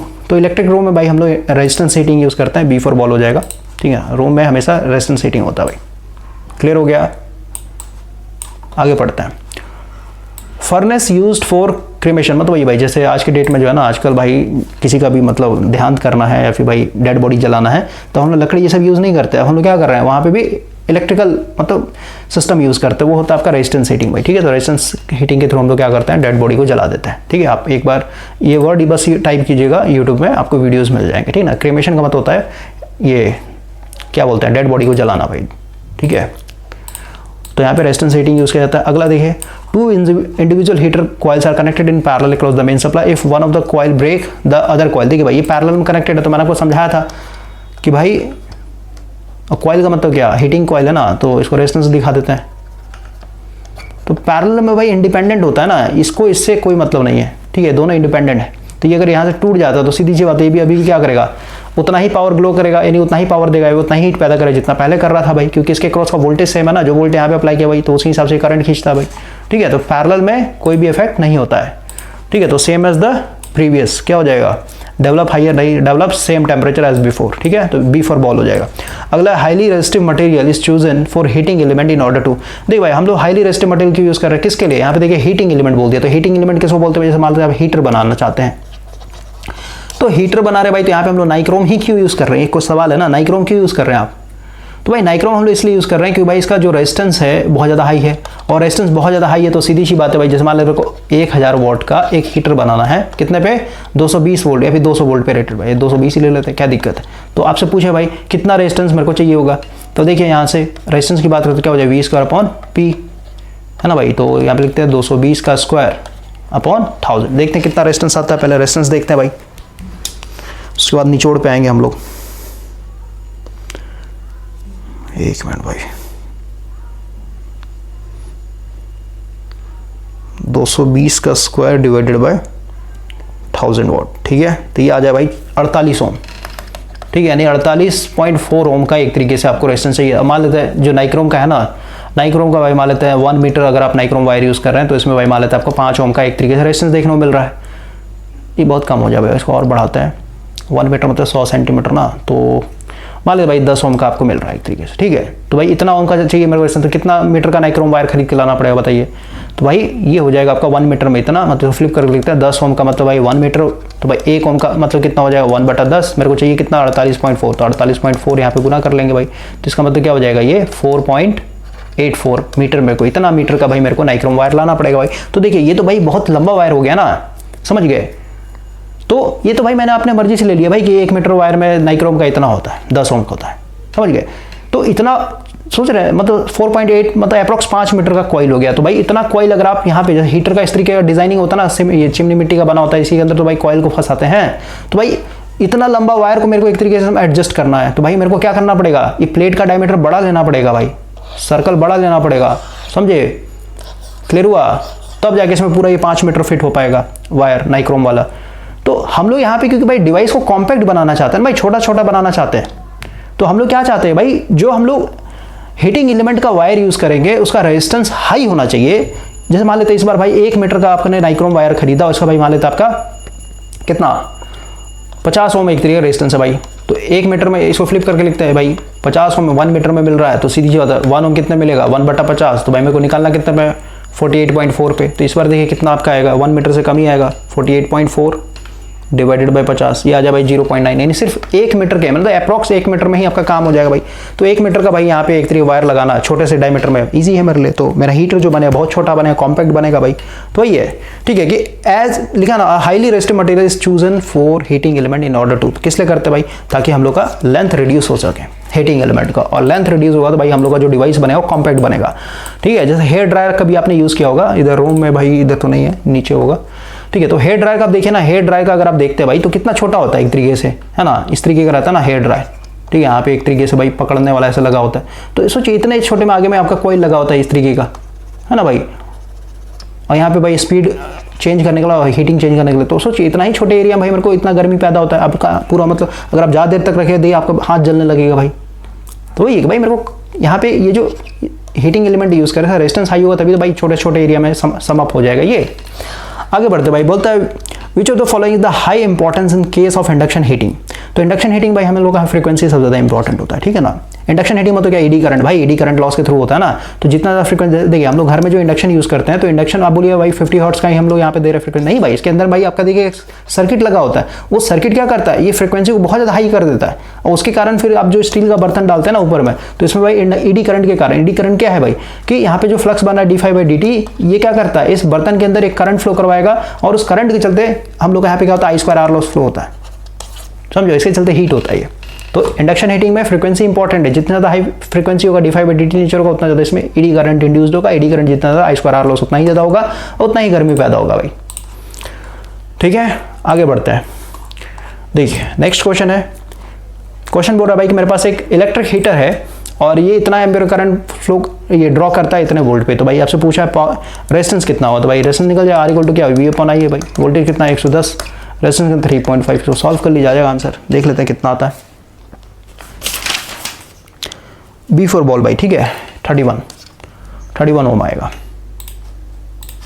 ठीक है। आगे बढ़ते हैं, बोलता है cutting plier for use for electrical work must have. तो कटिंग प्लायर में क्या होना चाहिए भाई, इंसुलेशन होना चाहिए, मेन तो इंसुलेशन ही है ना, इंसुलेशन खराब हो गया तो भाई प्लायर का यूज करने का मतलब ही क्या बनता फिर वो।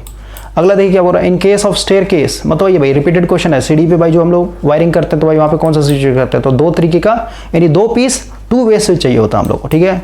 फर्स्ट वाले सेशन में समझाया था। अगला देखिए क्या बोल रहा है, replacement of wiring is not easy in which type of wiring, यानी हम लोग का होता है कंसील्ड कंडक्ट वायरिंग। भाई कंसील्ड का मतलब क्या, अंडरग्राउंड वाला भाई, जो पाइप अपने जमीन ये प्लास्टर के अंदर दबा दिया, वो वाला वायरिंग की बात हो रही है। तो इसमें अगर आपका भाई मान लेता शॉर्ट सर्किट हुआ, वायरिंग को एक तरीके से भाई आपको निकालना चाहता है, निकलता नहीं है, क्यों? क्योंकि भाई आपने जो कंडक्ट पाइप जो यूज किया था ना, कंडक्ट पाइप जो यूज किया था ये पीवीसी का था भाई, पीवीसी। और ये जो आपने वायर यूज किया है, डोमेस्टिक की बात हो रही है, ये जो वायर यूज किया था इसके ऊपर भी तो पीवीसी का लेयर चढ़ा था।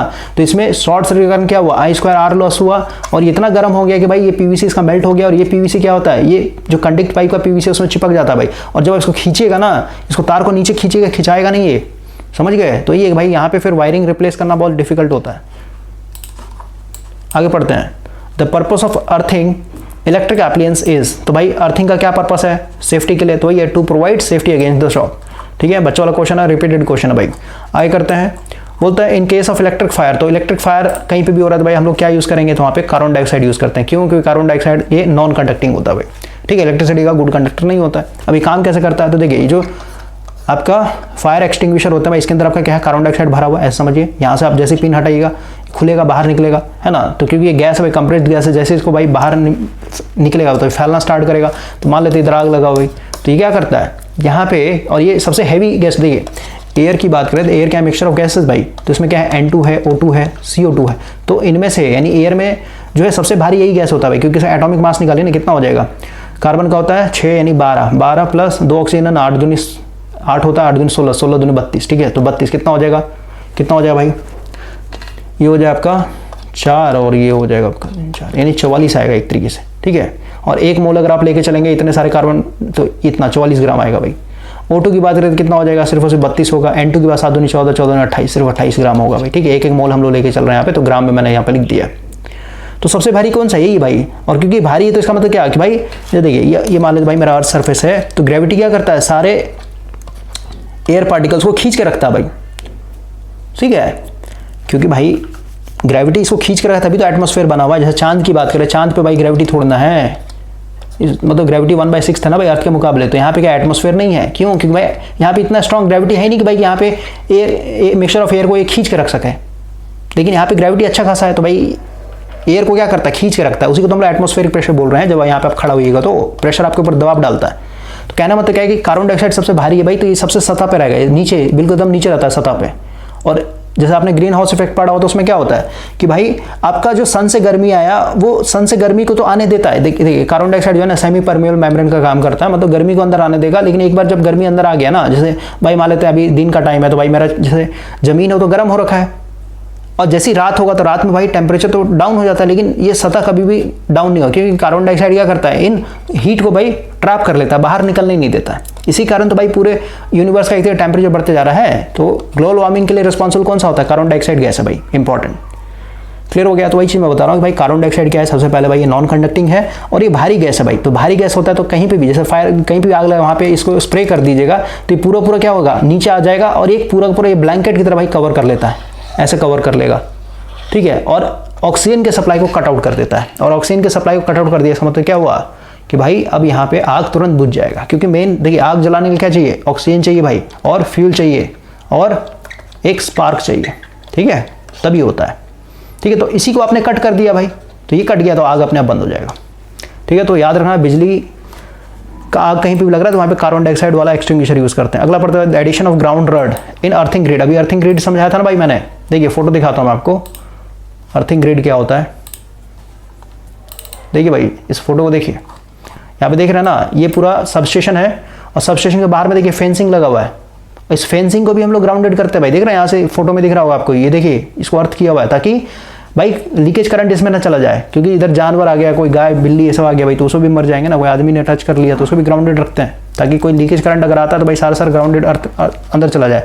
अब इसमें देखिए, ये कंक्रीट डालने से पहले देख रहे हैं ना, इस तरीके कॉपर का प्लेट डाला था, कॉपर केबल इस तरीके जमीन में डाला रहता है। और यहाँ पे देखिए पॉइंट में क्या है, एक तरीके से यहाँ पे इलेक्ट्रोड डाला हुआ अंदर, और इसको लेके अंदर जा रहे हैं ना भाई, ताकि हम लोग का क्या हो, पूरा लो रेजिस्टेंस पाथ मिले हम लोग का।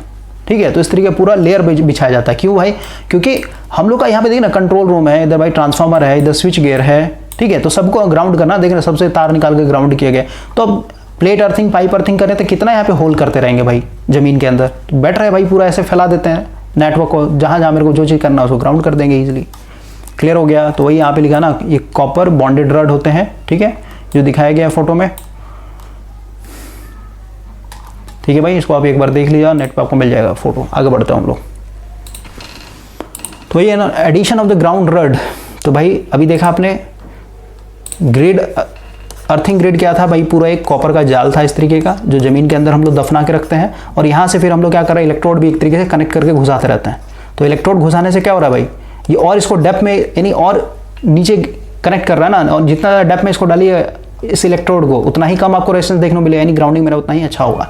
तो ये भाई ग्राउंड रड डालने से क्या बेनिफिट होता है, तो ये भाई slightly decrease in the earth resistance, earth resistance में हम लोग का कमी आ जाता है, ठीक है, स्लाइटली होगा, ज़्यादा नहीं होता है, ठीक है, स्लाइटली भाई, इसका आंसर स्लाइटली दिया हुआ है। आगे पढ़ते हैं, function of choke in a fluorescent tube. तो भाई देखिए फंक्शन ऑफ चोक क्या होता है, अब इसमें क्या ना, इसका आंसर दिया कंट्रोलिंग करंट भाई। तो करंट को कैसे कंट्रोल करता है ये समझते हैं हम लोग पहले, ठीक है। देखिए ये तो आपने समझ लिया भाई कि जो चोक है यानी इंडक्टर है भाई, ये क्या कर रहा था, एक अच्छा खासा वोल्टेज का सर्ज पैदा कर रहा था, जिसके चलते हम लोग का जो 4 फीट का ट्यूबलाइट था भाई एक तरीके से आयोनाइज्ड हो गया था ना। अब समझिए जैसे ही आयोनाइज्ड हो गया भाई, तो आयोनाइजेशन क्या होता है, देखिए सर्किट ब्रेकर अगर आपने पढ़ा होगा, थोड़ा सा मैं आपको एनालॉगस देकर समझा रहा हूँ। तो सर्किट ब्रेकर जैसे कॉन्टैक्ट ओपन होता है भाई, मान लेते हैं मेरा फिक्स्ड कॉन्टैक्ट है और ये मेरा मूविंग कॉन्टैक्ट है, ठीक है। तो जैसे यहाँ पे सर्किट ब्रेकर ओपन हो तो भाई आर्क लगेगा, तो ये आर्क का जो है ना टेम्परेचर कोफिशिएंट नेगेटिव होता है भाई, ठीक है, नेगेटिव टेम्परेचर कोफिशिएंट। क्यों भाई, समझिए जैसे आग लगा, तो आग लगा इसका मतलब क्या हुआ, टेम्परेचर बढ़ा, टेम्परेचर बढ़ा इसका मतलब क्या भाई, यहाँ पे जितने भी एयर पार्टिकल्स होंगे यानी जितने भी मॉलिक्यूल्स होंगे भाई गैसेस के, वो और ज़्यादा आयोनाइज्ड होंगे भाई, क्योंकि टेम्परेचर बढ़ने से क्या होता है, एटम जो होता है अपने इलेक्ट्रॉन को त्याग देते हैं भाई, फिर ये इलेक्ट्रॉन जो है उन एनर्जी को गेन करके एक्साइटेड होते हैं और वो बाहर जंप आउट करते हैं, यानी टेम्परेचर बढ़ेगा तो आयंस और बढ़ेंगे, ठीक है, और आयंस ज़्यादा बढ़ रहा है यानी इधर और ज़्यादा चार्ज आ गए। आयंस का मतलब क्या है, चार्ज भाई, ठीक है। तो आयंस बढ़ गया, इसका मतलब क्या हुआ कि भाई यहाँ पे कंडक्टिविटी बढ़ गया, कंडक्टिविटी बढ़ गया, इसका मतलब क्या, रेजिस्टेंस घट गया भाई, रेजिस्टेंस घट गया इसका मतलब क्या, करंट और बढ़ेगा, करंट और बढ़ेगा इसका मतलब आई स्क्वायर आर लॉस और होगा, आई स्क्वायर आर लॉस होगा इसका मतलब क्या, टेम्परेचर और बढ़ेगा, टेम्परेचर और बढ़ेगा तो इसका मतलब और आयंस बढ़ेंगे, और आयंस बढ़े तो और कंडक्टिविटी बढ़ेगा। इसका मतलब क्या हुआ कि भाई ये पॉजिटिव फीडबैक की तरह काम कर रहा है, एक का जो है आउटपुट दूसरे का इनपुट बनते चला जा रहा है, और यहाँ पे आर्क कभी बुझेगा नहीं। यही तो हम लोग का भाई सबसे बड़ा प्रॉब्लम है, इसलिए तो भाई सर्किट ब्रेकर में हम लोग क्या करते हैं, आर्क को बुझाने के लिए वहाँ पे मैकेनिज्म सेटअप करना पड़ता है, ठीक है। जैसे आप एयर ब्लास्ट यानी हवा का झोंका मार रहे हैं भाई, SF6 गैस यूज़ कर रहे हैं, फिर वैक्यूम क्रिएट कर रहे हैं, डिफरेंट टाइप्स हैं एक तरीके से। तो वही चीज़ ट्यूबलाइट में भी हो रहा है ना, आयंस बन रहे हैं ना भाई यहाँ पे, समझ गए। तो ये जो आयंस यहाँ पे यानी यहाँ पे जो आयनेशन हो रहा है इसका भाई नेगेटिव टेम्परेचर कोफिशिएंट है, नेगेटिव टेम्परेचर तो यही सेम चीज़ यहाँ पे देखने को मिल रहा है भाई। तो होगा क्या कि भाई इस पाथ का क्योंकि अभी आप देख रहे हैं ना भाई आयंस बढ़ते चले जा रहे हैं, तो कंडक्टिविटी बढ़ते चला जा रहा है, और कंडक्टिविटी बढ़ते चला जा रहा है मतलब क्या, कंडक्टिविटी बढ़ने का मतलब क्या भाई कि ये जो पाथ है आपका, ये जो पाथ है भाई ट्यूबलाइट से होते हुए, ये लो रेजिस्टिव पाथ है। समझ में आ रहा है मैं क्या बोल रहा हूँ? सो भाई इस तरीके का आप कनेक्शन दिखा दिए ना, उसी दिन समझाया था मैंने आपको। ये स्टार्टिंग में स्टार्टर का तो कोई काम ही नहीं, छोड़ देते हैं, हटाते हैं उसको। तो भाई ये आपका एक तरीके क्या है, बहुत ही हाई कंडक्टिव एरिया, मतलब कंडक्टिविटी ज़्यादा है, मतलब रेजिस्टेंस कम है भाई, रेजिस्टेंस कम है इसका मतलब क्या कि भाई अगर आप इसके अंदर इस इंडक्टर को हटा देते हैं, मान लेते हैं इंडक्टर को मैंने हटा दिया, तो भाई यहाँ पे शॉर्ट सर्किट हो जाएगा डायरेक्ट, क्योंकि I = V²/R। तो भाई ये बहुत ही लो इंपेडेंस है ना, आर्क लगा हो भाई, इसका नेगेटिव टेम्परेचर कोफिशिएंट है प्लस, तो रेजिस्टेंस बहुत कम होता है आर्क का, तो ये करंट बहुत ज़्यादा हो जाएगा। क्लियर हुआ? तो ये करंट एक्सेसिव ना हो जाए तो उसके लिए हम लोग का ये इंडक्टर लगा होता है, क्योंकि इंडक्टर क्या करता है, सडन चेंज ऑफ करंट को हमेशा अपोज करते रहता है भाई, तो ये मेंटेन करने का काम करता है। और इंडक्टर का भी क्या होगा, अपना कुछ इंपेडेंस होगा भाई, तो करंट को लिमिट करने का काम करता है, तो ये कंट्रोलिंग द करंट। ठीक है, आगे बढ़ते हैं। क्वेश्चन भाई, the effective temperature is measure of. देखिए भाई इफेक्टिव टेम्परेचर क्या होता है, इसको देखते हैं। पहले ये लास्ट वाला क्वेश्चन करते हैं, देखिए क्या बोल रहा है। The laser produce. देखिए भाई अगर आपने बीटेक किया हो तो बीटेक में भाई हम लोग को लेजर पढ़ना होता है। तो लेजर क्या है भाई, मोनोक्रोमेटिक है, क्योंकि सिंगल कलर का होता है ना, ग्रीन कलर का होता है लेजर, लाल रंग का होता है, बच्चों का खिलौना जो देखा हो आपने, है ना भाई। और वेरी नैरो भाई, बहुत ही पतला बीम निकलता है ये, ठीक है। तो ऑल ऑफ दे हो जाएगा। कोहेरेंट का मतलब इजिली विजुअल भी होता है, ठीक है, इजिली दिखता है ना भाई नेकेड आई से। क्लियर हुआ? अब आते हैं यहाँ पे भाई इफेक्टिव टेम्परेचर क्या होता है। देखिए ये आपका मैकेनिकल इंजीनियरिंग का पार्ट है। देखिए भाई लिखा है ना, इसमें 3 टर्म पढ़ना है। एक ड्राई बल्ब टेम्परेचर क्या होता है, वेट बल्ब टेम्परेचर क्या है, और ड्यू पॉइंट क्या होता है। तो ड्राई बल्ब किसको बोलते हैं पहले ये समझिए भाई। ये जो थर्मामीटर होता है ना, देखिए पहले इसका फोटो दिखाता हूँ। बल्ब मतलब वो इलेक्ट्रिक बल्ब नहीं भाई, ठीक है, ये अलग बल्ब है।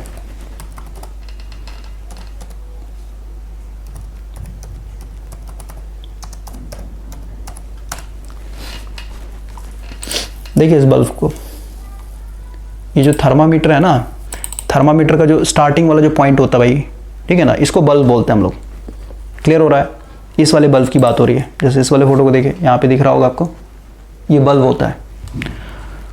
तो देखिए अब आते हैं यहाँ पे डेफिनेशन पे। सबसे पहला क्या है भाई, मतलब जब देखिए सबसे पहले समझते हैं, पहला है ड्राई बल्ब टेम्परेचर। और ड्राई बल्ब टेम्परेचर क्या होता है कि भाई आप थर्मामीटर लीजिए और थर्मामीटर को ऐसी हवा में बस ऐसे रखिए भाई, ठीक है। तो थर्मामीटर जो टेम्परेचर बताएगा ना उसको बोलते हैं ड्राई बल्ब टेम्परेचर, ठीक है। तो भाई इसको यहाँ से हटाते हैं, इधर यहाँ पढ़िए क्या लिखा हुआ है, ये पढ़िए line, the dry bulb temperature refer basically to ambient air temperature. Ambient मतलब सराउंडिंग का जो एयर टेम्परेचर उसी को बोलते हैं भाई, ठीक है। समझ में आ गया कैसे नापते हैं, मैंने समझा दिया भाई। थर्मामीटर लीजिए, उसको ऐसी कहीं पे हवा में आप रखे रहिए, जो तापमान मेजर करके देगा वही आपका क्या है, ड्राई बल्ब टेम्परेचर, यानी DBT टेम्परेचर बोलते हैं इसको शॉर्टकट में। ये लिखा ना टेम्परेचर DB, ठीक है, यानी ड्राई बल्ब टेम्परेचर। अब आते हैं भाई वेट टेम्परेचर क्या होता है, ठीक है, वेट बल्ब टेम्परेचर क्या होता है। तो इसमें क्या करते हैं, वेट बल्ब टेम्परेचर में क्या करते हैं भाई, ये जो आपका ये है ना, यहाँ पे लिखा है ना, देखिए वेट बल्ब टेम्परेचर, ये जो बल्ब था, थर्मामीटर का जो बल्ब था, उस पर क्या करते हैं, भीगा हुआ कपड़ा बांध देते हैं कॉटन का। उसके बाद आपको उसको फिर से आप क्या कीजिए, हवा में लटकाइए, उस समय जो टेम्परेचर नापेगा उसको बोलते हैं भाई वेट बल्ब टेम्परेचर, ठीक है। और एक होता है ड्यू। तो ड्यू पहले समझिए ड्यू क्या होता है भाई। जैसे आप फ्रिज से ठंडा पानी कभी निकालते हैं ना भाई, देखिए समझाता हूँ, ड्यू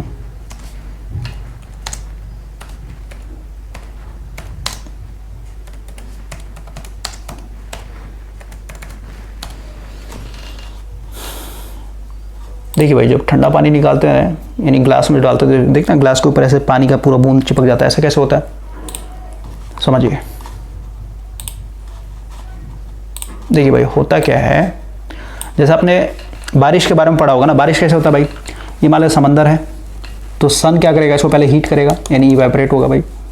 पानी जो है इवेपोरेट मतलब गैस बन के ऊपर जा रहा है, ऊपर जाता है तो आपको पता है जैसे ऊपर जाएगा वैसे टेम्परेचर घटता है।